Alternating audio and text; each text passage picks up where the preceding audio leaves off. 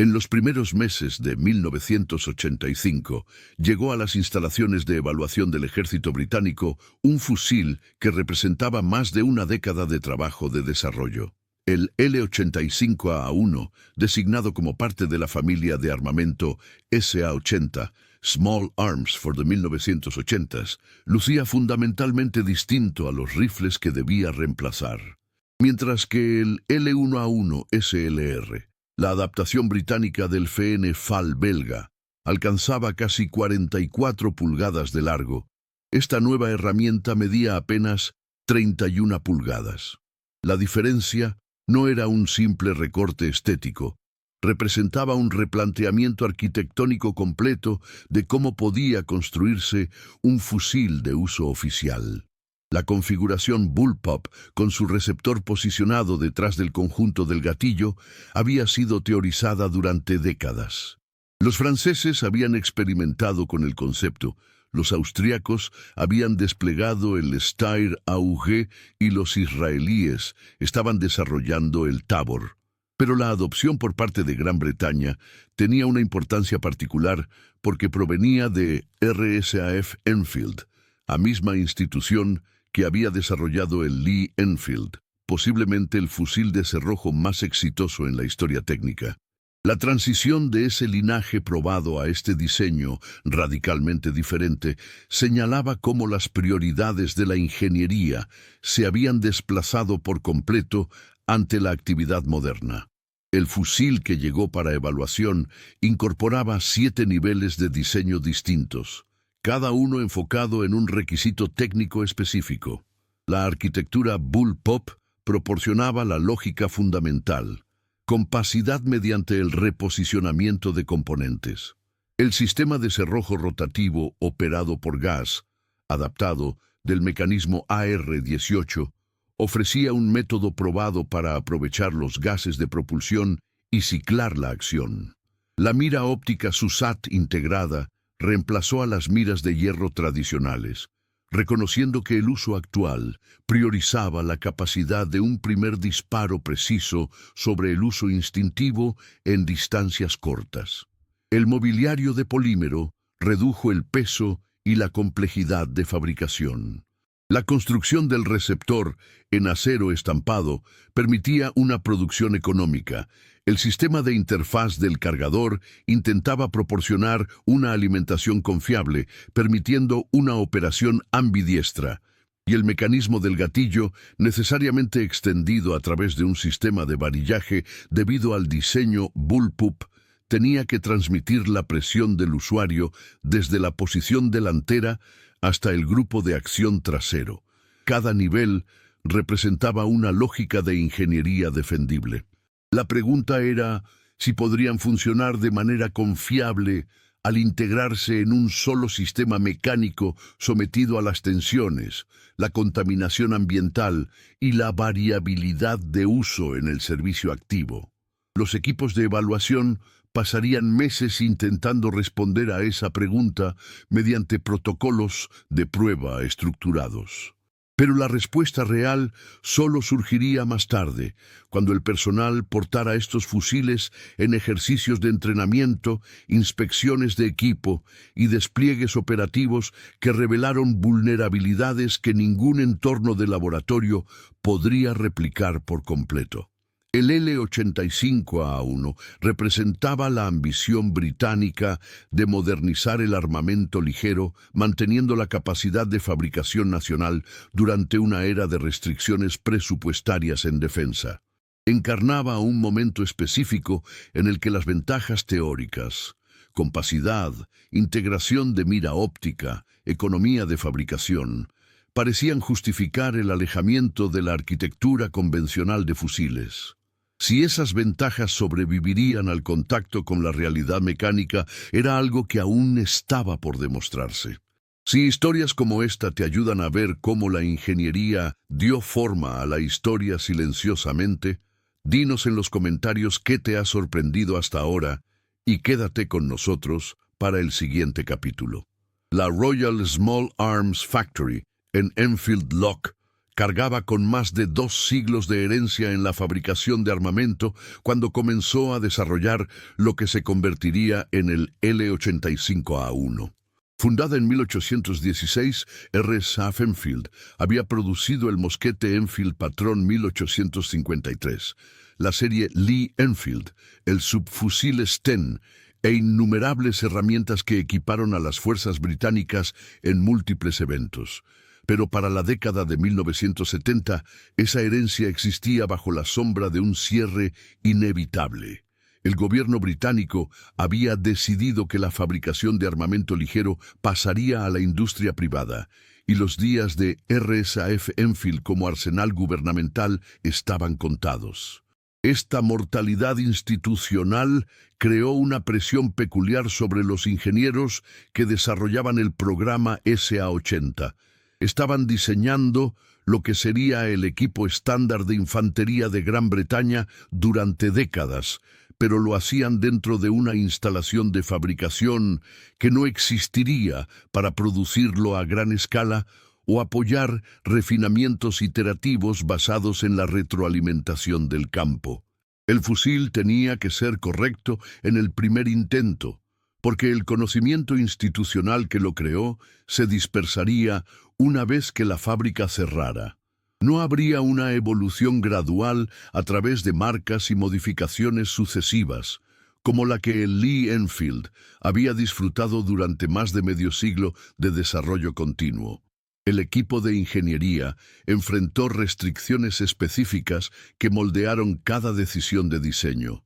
La herramienta tenía que usar munición OTAN de 56-45 mm, estandarizando a Gran Bretaña con las fuerzas aliadas mientras abandonaba el cartucho de 7.62 de 51 mm más grande del L1A1. Tenía que ser producible mediante construcción de acero estampado en lugar de los receptores mecanizados más costosos, porque los presupuestos de defensa no podían sostener métodos de fabricación premium. Necesitaba acomodar miras ópticas como equipo estándar, reflejando el énfasis doctrinal en el compromiso preciso a media distancia. Y requería un diseño bullpup para lograr compacidad para la infantería mecanizada, manteniendo una longitud de cañón adecuada para que el cartucho de 5.56 mm alcanzara una velocidad efectiva.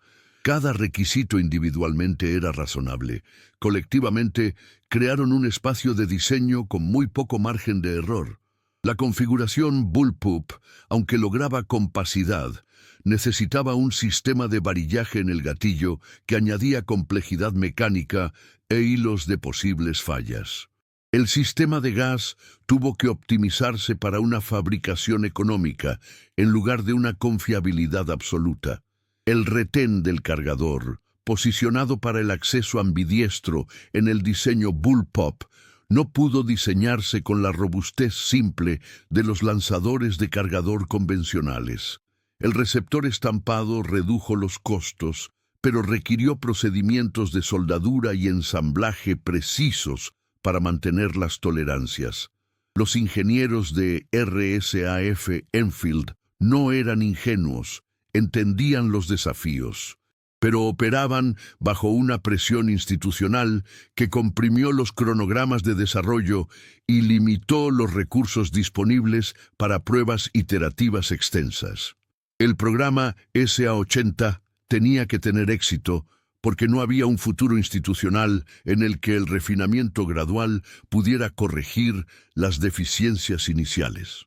Cuando RSAF Enfield cerró sus puertas en 1988, 3 años después de que el L-85A1 entrara en servicio, el fusil tendría que valerse por sus propios méritos o revelar sus vulnerabilidades, sin el beneficio de la continuidad de ingeniería que había permitido que herramientas como el Lee Enfield evolucionaran a través de décadas de refinamiento institucional. Los 7 niveles de diseño del L-85A1 funcionaban como un sistema por capas, donde cada componente abordaba un desafío técnico discreto. Comprender cómo funcionaba la herramienta requería examinar cada nivel individualmente antes de considerar cómo interactuaban dentro del ensamblaje completo. El primer nivel, arquitectura bullpup, estableció la disposición fundamental. Al posicionar el grupo de acción detrás del gatillo, el L85A1 logró una longitud total de 785 milímetros, manteniendo un cañón de 518 milímetros. Esta compacidad no era arbitraria, reflejaba requisitos específicos para el personal que operaba en vehículos mecanizados, helicópteros y espacios urbanos confinados. La compensación fue la complejidad. Cada superficie de control, cada operación del manual de manejo, tenía que considerar la posición trasera de la recámara y el cargador. El segundo nivel involucraba el sistema de operación por gas. El L85A1 adaptó el diseño de pistón de gas de carrera corta pionero en el rifle Armalite AR-18. Al accionarse, los gases de propulsión entraban por un puerto perforado en el cañón, empujaban un pistón que golpeaba el portacerrojo y movían la acción hacia atrás para extraer el casquillo usado y alojar un cartucho nuevo. El sistema era más simple que el mecanismo de impacto directo del rifle M16, con menos componentes expuestos a gases calientes. Pero el sistema de gas requería una regulación precisa para funcionar de manera confiable con diferentes cargas de munición y condiciones ambientales. Y la fabricación limitada por costos dejó poco margen para la variación de componentes. El tercer nivel era la mira óptica SUSAT, Sight Unit Small Arms Trilux. A diferencia de los fusiles británicos anteriores que dependían de miras de hierro, el L85A1 fue diseñado desde el inicio para el compromiso óptico. La mira de aumento 4 Kexes utilizaba iluminación de tritio que no requería baterías y fue diseñada para mantener el ajuste a pesar de la vibración y el impacto de la activación repetida. Esto representó un cambio doctrinal. Las tácticas de infantería británicas ahora asumían que el personal se enfrentaría a objetivos de 300 a 400 metros con disparos dirigidos en lugar de volumen de fuego supresivo. El cuarto nivel abarcaba el mobiliario de polímero, guardamanos, empuñadura de pistola y culata. Estos componentes redujeron el peso y simplificaron la fabricación, pero tenían que soportar impactos, temperaturas extremas y manipulación repetida sin agrietarse ni deformarse. El polímero elegido debía mantener la estabilidad dimensional en un rango de temperatura que iba desde ejercicios árticos hasta despliegues en el desierto. El quinto nivel era el receptor de acero estampado. A diferencia de las piezas forjadas mecanizadas, la construcción estampada formaba el receptor a partir de láminas de acero que se cortaban, doblaban y soldaban. Esto redujo el tiempo y el costo de fabricación, pero requirió procedimientos de soldadura y control de calidad extremadamente precisos para asegurar que el receptor mantuviera la alineación adecuada bajo la tensión del uso. Cualquier variación dimensional en el receptor se traducía directamente en el atascamiento del cerrojo, fallas de alimentación o fallas de extracción. El sexto nivel involucraba el sistema de interfaz del cargador. El L85A1 utilizaba un retén del cargador posicionado para la operación ambidiestra, necesario en un bullpup donde el cargador se situaba muy atrás de la mano del gatillo. Pero este posicionamiento creó compromisos mecánicos. El retén tenía que ser lo suficientemente robusto para retener el cargador lleno durante movimientos vigorosos, pero lo suficientemente fácil de soltar bajo estrés.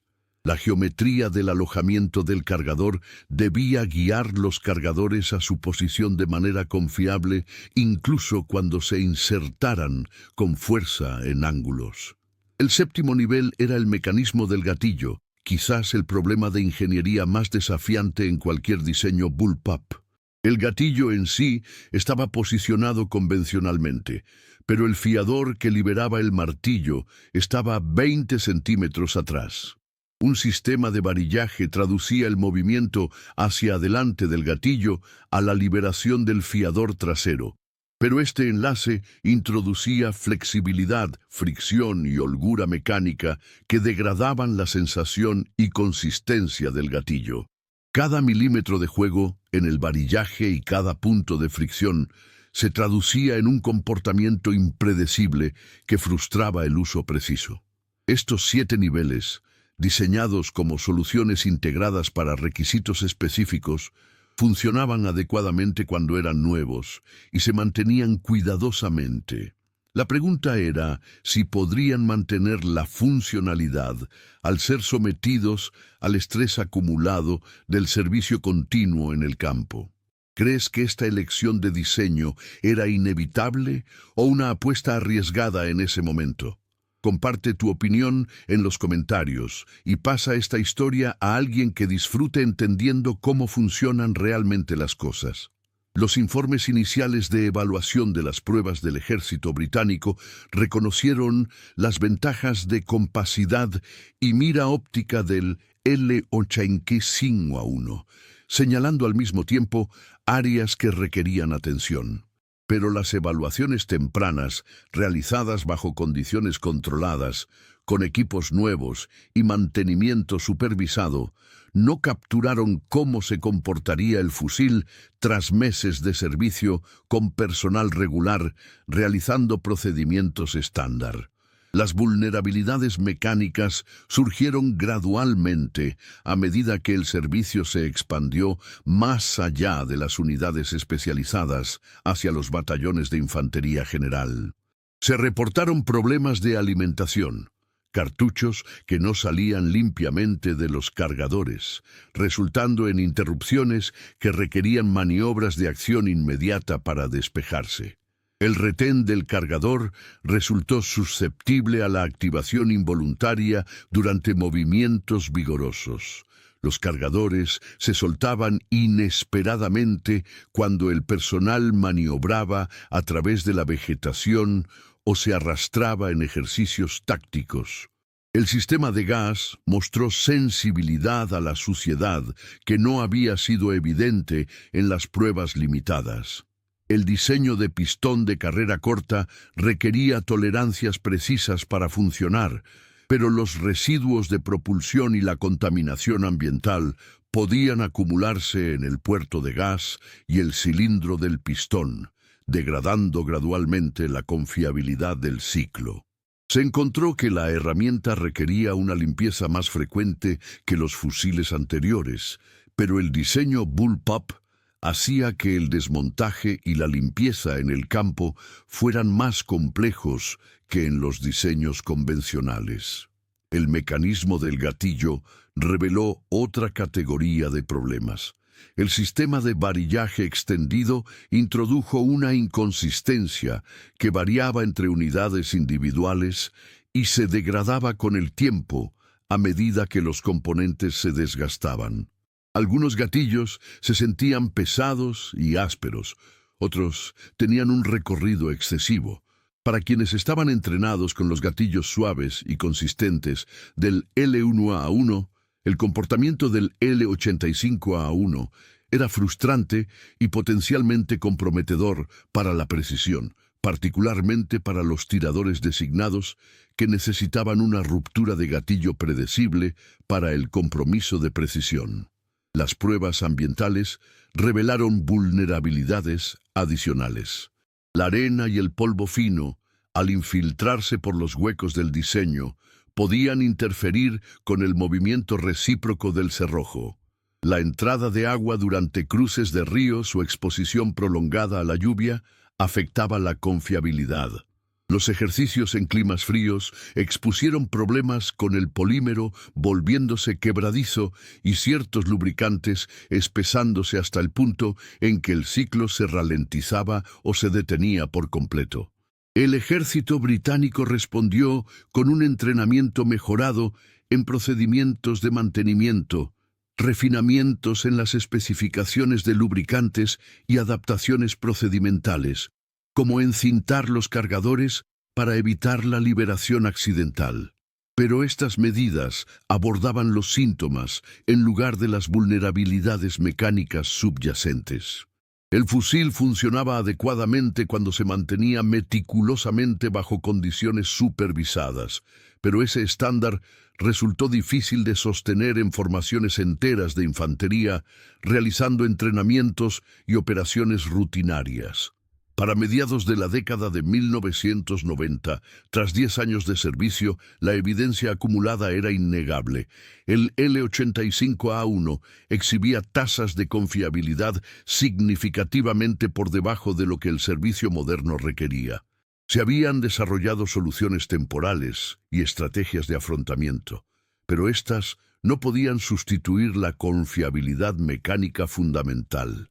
El fusil, que había representado la ambición británica de modernización, ahora representaba un resultado técnico donde múltiples compromisos, cada uno defendible individualmente, se habían combinado para producir un sistema cuya confiabilidad en condiciones de campo no alcanzaba los requisitos. El Ministerio de Defensa británico enfrentó una decisión: continuar intentando refinar un diseño fundamentalmente comprometido mediante modificaciones incrementales, o reconocer que la integración de los 7 niveles de diseño requería un rediseño integral por especialistas con experiencia específica en sistemas de fusiles modernos. La curiosidad final del L-85A1 surgió no de aquello para lo que fue diseñado, sino de lo que se hizo necesario después de que una década de servicio revelara sus limitaciones. En el año 2000, el Ministerio de Defensa británico contrató a Heckler & Koch, el fabricante alemán de armamento, para llevar a cabo un programa de rediseño integral. El L-85A2 resultante mantuvo la arquitectura básica del L-85A1, diseño bullpup, longitud del cañón, calibre, mira SUSAT, mientras modificaba o reemplazaba virtualmente cada componente mecánico que contribuía a los problemas de confiabilidad. Los ingenieros de Heckler & Koch rediseñaron el sistema de gas con mejores componentes y tolerancias más ajustadas. Reemplazaron el percutor original con un diseño más robusto y menos propenso a roturas. Modificaron el mecanismo del martillo para mejorar la confiabilidad. Rediseñaron el retén del cargador para evitar la liberación involuntaria, manteniendo la facilidad de operación. Añadieron una nueva palanca de carga con ergonomía mejorada. Modificaron el portacerrojo y las varillas guía para potenciar la confiabilidad del ciclo. Actualizaron el mecanismo del gatillo para reducir el peso y mejorar la consistencia. Trataron el cañón con un revestimiento de cromo para reducir la suciedad y extender la vida útil. Las modificaciones transformaron la confiabilidad de la herramienta. Quienes habían luchado con las interrupciones del L-85A1 encontraron que el L-85A2 funcionaba con la consistencia esperada de los equipos modernos. Las mejoras no fueron marginales. Representaron un incremento fundamental en la confiabilidad mecánica que reivindicó el concepto bullpup básico, al tiempo que reconoció que la implementación original se había quedado corta frente a los estándares necesarios. Este resultado reveló la lección esencial incrustada en la historia del L-85A1. Las ventajas técnicas teóricas no significan nada si la ejecución mecánica no logra una función confiable bajo condiciones de campo. Los 7 niveles de diseño, arquitectura bullpup, operación por gas, mira óptica, mobiliario de polímero, construcción estampada, interfaz del cargador, varillaje del gatillo, eran todos conceptualmente sólidos. Las vulnerabilidades surgieron de cómo se integraron esos niveles dentro de las restricciones de cronogramas comprimidos, recursos de prueba limitados y decisiones de fabricación impulsadas más por el costo que por estándares de confiabilidad absoluta. El L-85A1 demostró que la ingeniería de armamento existe dentro de un margen estrecho donde compromisos aparentemente pequeños se agravan en deficiencias funcionales significativas. Un retén del cargador posicionado ligeramente mal, un sistema de gas con tolerancias, una fracción demasiado ajustadas, un varillaje de gatillo con juego excesivo, componentes estampados con consistencia dimensional marginal. Individualmente, estos podrían parecer problemas menores, pero colectivamente degradaron la confiabilidad a niveles inaceptables. La herramienta también reveló cómo el contexto institucional moldea los resultados técnicos. RSAF Enfield, cerrando como institución incluso mientras desarrollaba el SA-80, no pudo proporcionar el refinamiento continuo que los sistemas complejos suelen requerir. El ejército británico heredó un fusil que necesitaba mejoras iterativas, pero el conocimiento de fabricación y la continuidad de ingeniería que podrían haber proporcionado esa mejora se habían dispersado al cerrar la fábrica. Las mejoras del L-85A2 no representaron una ingeniería completamente nueva. Representaron la aplicación de estándares de fabricación refinados, tolerancias más estrictas y optimización de componentes que podrían haberse incorporado al diseño original, dadas otras restricciones. La curiosidad final es esta. El L-85A1 falló no porque los fusiles Bullpup sean inherentemente defectuosos, sino porque las circunstancias específicas de su desarrollo comprimieron las decisiones técnicas en una ventana estrecha que no permitió el refinamiento iterativo que separa los diseños teóricamente sólidos de las herramientas mecánicamente confiables. El legado del L-85A1 se extiende más allá de su servicio como fusil estándar de Gran Bretaña de 1985 a 2002. Representa un estudio de caso sobre cómo la ingeniería de armamento, quizás más que la mayoría de las disciplinas técnicas, exige que la elegancia teórica ceda ante la confiabilidad mecánica probada mediante una validación extensa en el mundo real. La herramienta demostró que la compacidad, la integración de la mira óptica y los materiales modernos ofrecen ventajas genuinas cuando se implementan dentro de un marco mecánicamente sólido. El servicio exitoso del L-85A2 después de 2002 demostró que el concepto Bullpup es viable. El personal apreció la menor longitud total durante operaciones en vehículos y escenarios de proximidad. La mira SUSAT, conservada del diseño original, proporcionó una capacidad de compromiso que los fusiles con miras de hierro no podían igualar. La arquitectura fundamental nunca fue el problema. El problema fue la calidad de ejecución en la implementación original. La historia del L-85A1 también iluminó cómo los factores institucionales moldean los resultados. El cierre inminente de RSAF Enfield creó presión de tiempo y limitaciones de recursos que acotaron el desarrollo iterativo. El diseño de fusiles modernos requiere pruebas extensas en extremos ambientales, variaciones de munición y niveles de habilidad del usuario. Pruebas que idealmente se extienden a lo largo de varios años de refinamiento de prototipos antes de que comience la producción a gran escala. El programa SA-80 comprimió ese cronograma y la herramienta sufrió las consecuencias durante su primera década de servicio. Desde una perspectiva de fabricación, el L-85A1 reveló que los métodos de producción optimizados por costo requieren una disciplina extraordinaria en el control de calidad y la consistencia dimensional. Los receptores estampados pueden funcionar de manera confiable. Muchos fusiles exitosos usan construcción estampada, pero demandan procedimientos precisos y estándares de inspección rigurosos.